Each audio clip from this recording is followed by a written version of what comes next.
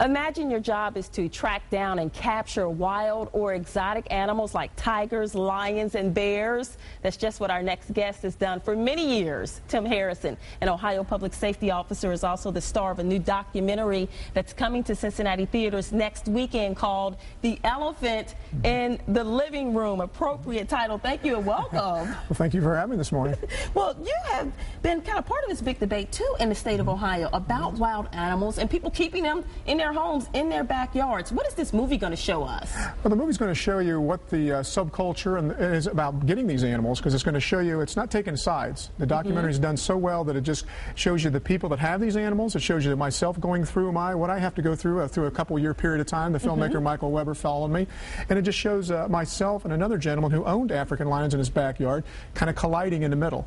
And it just kind of takes you through this subculture world of exotic animals to the point that Governor Strickland had to make an executive order to ban these exotic animals because it's just getting outlandish. Ohio is like the Wild Wild West. We have no regulations on the statewide level. Oh, wow. And we have this biggest exotic animal auctions right here in the state of Ohio with hyenas, lions, tigers, and bears. Oh my. Never knew that. What's been your most scariest encounter? I took a peek at the trailer and there were some scary things where I was thinking, Tim, you go ahead. I'm going to stay over here, but you go ahead. What were some scary moments? Well, some of the scariest moments, the worst one I've ever been involved with in my 36 years of catching dangerous exotic animals was my own situation where a fellow firefighter, Michael Peterman, was bitten by a rhino viper from Africa, and he was killed. And we used anti-venom to try to save his life. It was the only anti-venom we had. I had to go capture the snake in the house that was still there without any anti-venom. That was probably the most scariest experience I was ever involved with. Saddest also. When can we actually see this movie, too, as well? Because it's going to be in here in Cincinnati. It's going to be at the Rave 18, right up there at Westchester. It's a beautiful theater.